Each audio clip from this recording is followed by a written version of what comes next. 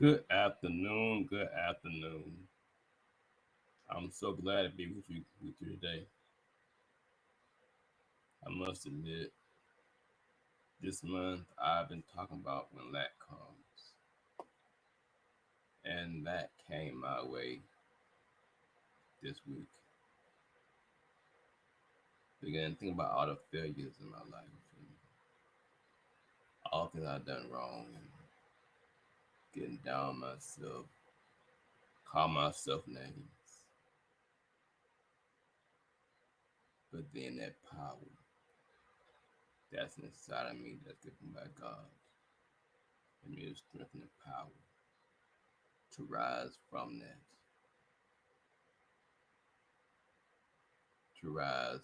that, um, from that lack experience that I was going through. I was about to go in town, about to give up, but then that power, that's unlimited, that power that came into me said, Travis, don't give up. You got God's power inside you. I became weak, and I had to gird myself up and get my strength back. Just like in Dave's lesson, it says, when lack wins.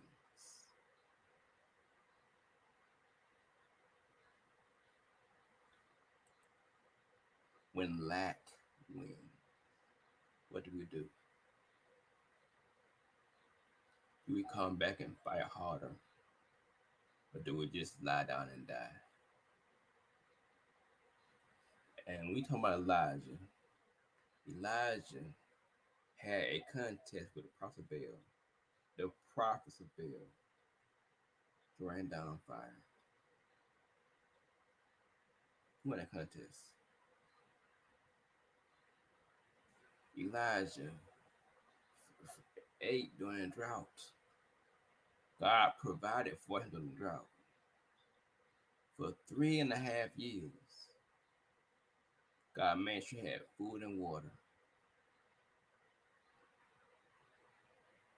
Well, this week's lesson, we're going to see where Elijah is threatened. And he forgets all about what God did for him, like God did. I forgot all the victories that God had done for my life. I was focusing on the negative stuff. But you know what? I found the power and the strength in God to rise up and keep pushing. The first, so it's the threat. The threat is First Kings chapter 19 says, so Jezebel sent message to Elijah saying, may the gods deal with me, be it ever so severely, if if by this time tomorrow I don't make your life like that of one of them. You see, Jezebel's a bad woman. If she wants you dead, you were dead. She had killed a lot of people. She had killed a lot of people. And this time she had her target on Elijah. Cause word got back to her how Elijah had her 450 priests killed on Mount Carmel. And she got mad. So she sent Elijah a note saying, I'm gonna kill you. You'll be dead. Well, instead of focusing on the victory at Mount Carmel, instead of focusing on how God fed him, he focused on Jezebel. and her limitless power. Limitless power. Because God has all power. Whew. You know,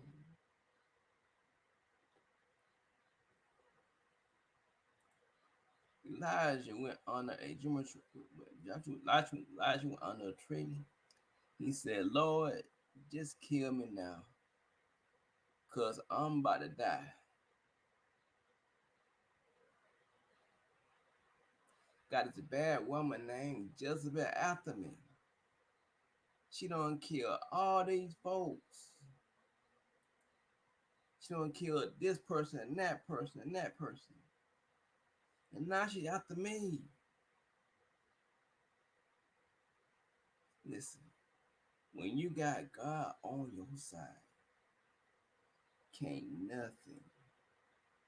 nothing stop you.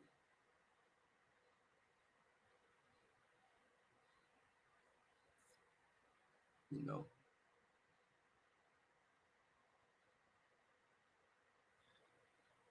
I was thinking about how I worked 3 times and lost my benefits. I started thinking about times I tried to do something and I failed. And I was focusing on that.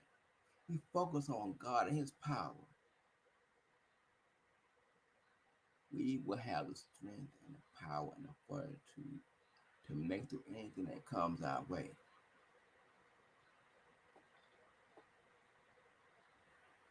God had to talk to Elijah to get Elijah to know that he had all power in his hands. Because God had showed Elijah he had power by raining down fire from heaven, by taking care of Elijah during the drought. When a threat came, he focused on threat and not on God. What's our focus point?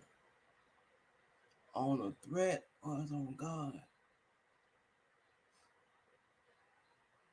You know.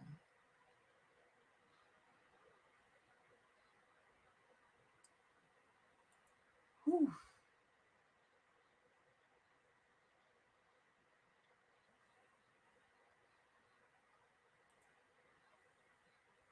And then in verse 7 of chapter 19, God told Elijah to arise and eat something. He was so depressed to the point where he was not eating. He had got that down, got depressed.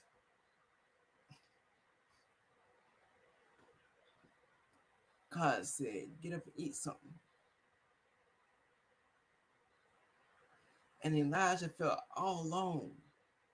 He felt like he was the only one out there fighting this fight. Lack makes us feel like we're all alone. Lack,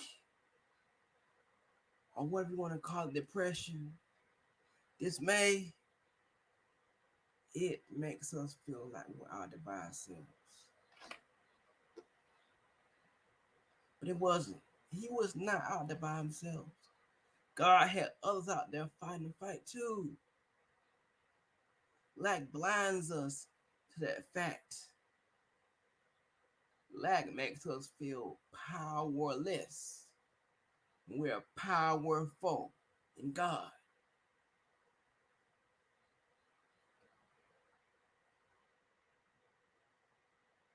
And this is shouting point.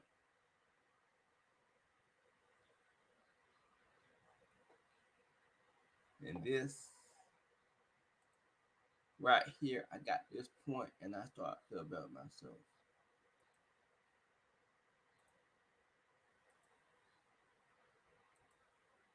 I saw the outcome and I found out that I was not done for.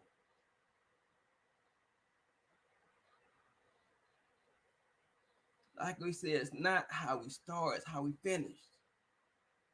We can start out bad,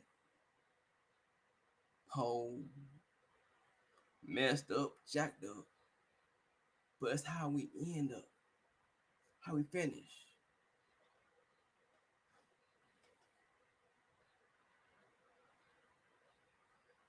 Whew.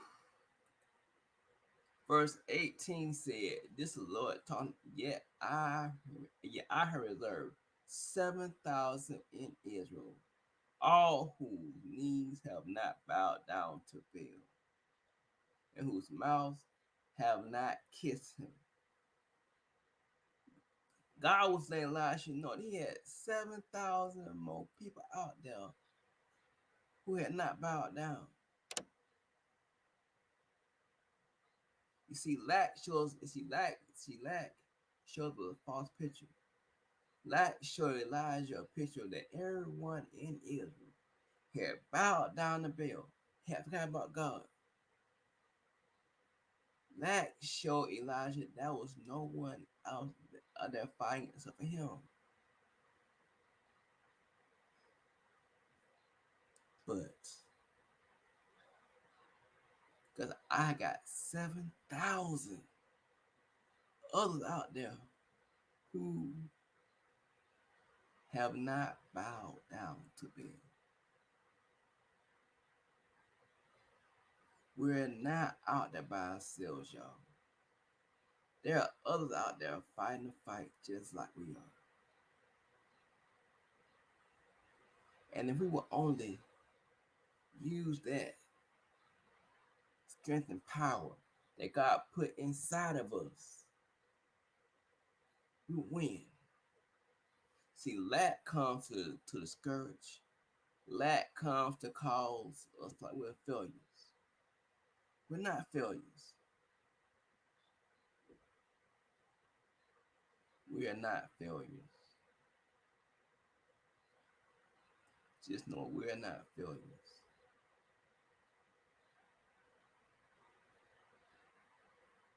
And after that, Elijah met a young man.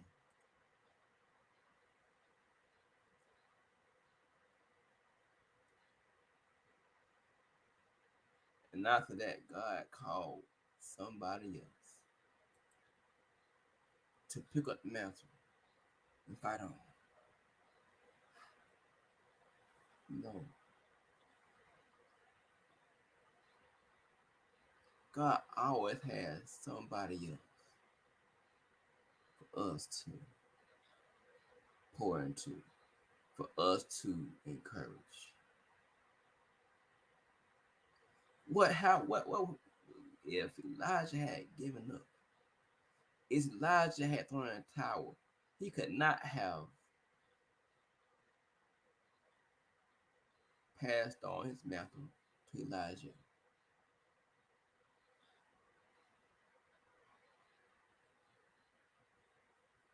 You see, we all have a purpose in this world.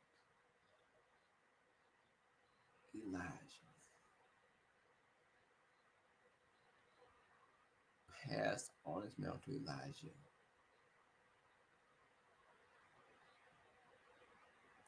Is there somebody out there waiting on us to stick in the race, to stay in the race, so that we can support them to become strong people of God too?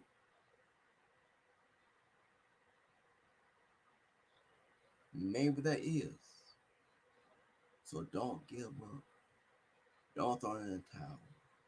If you don't know Jesus and the pardon of your sins, get to know him. He's the best person to ever have in your lifetime. He'll be your friend when you're friendless. He'll be a doctor in a sick room, your lawyer in a courtroom. He'll be everything. Your father when you're fatherless.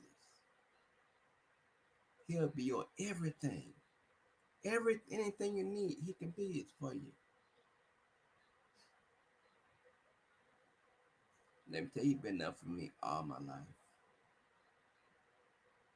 I would not be here without him in my life. I wouldn't be talking to you without him in my life.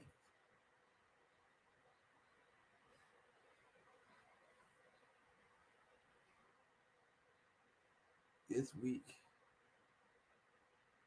I almost threw in a towel.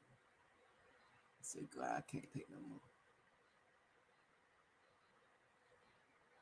I almost said, God, I can't do it. But in my weakness, God's power made me strong. I rely on God's power. And that's why I'm here talking to you today. Whew. I tell you something, we're all gonna have our good and bad days. The question is, can we stand when whatever comes our way? Hell or high water, typhoon, you know? That's the question to ask ourselves.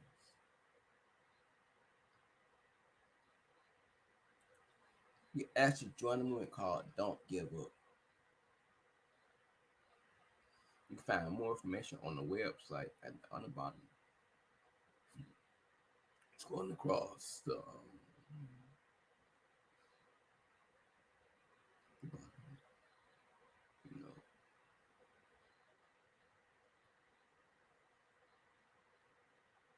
a kind word, a smile, or ever bump, a kind of look can brighten someone's day, can brighten someone's day. Let them know that about themselves. Let them know if they hang on a little while longer, everything gonna be all right. Says hold on just a little while longer. Everything gonna be all right. Sing on just a little while longer. Everything gonna be all right. Everything gonna be all right for us. We put our trust, we put our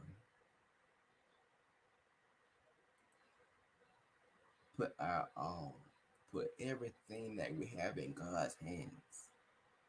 Everything will be just fine.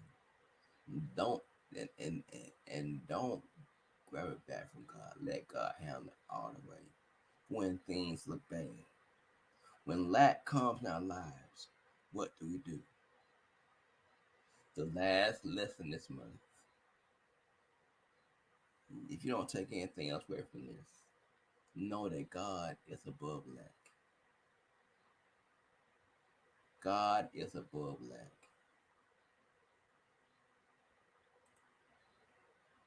God is above lack. So have a great day and go with God all the way, not halfway. Go with God all the way. And don't give up. Don't give up. Don't give up. Stay in the race. Have a great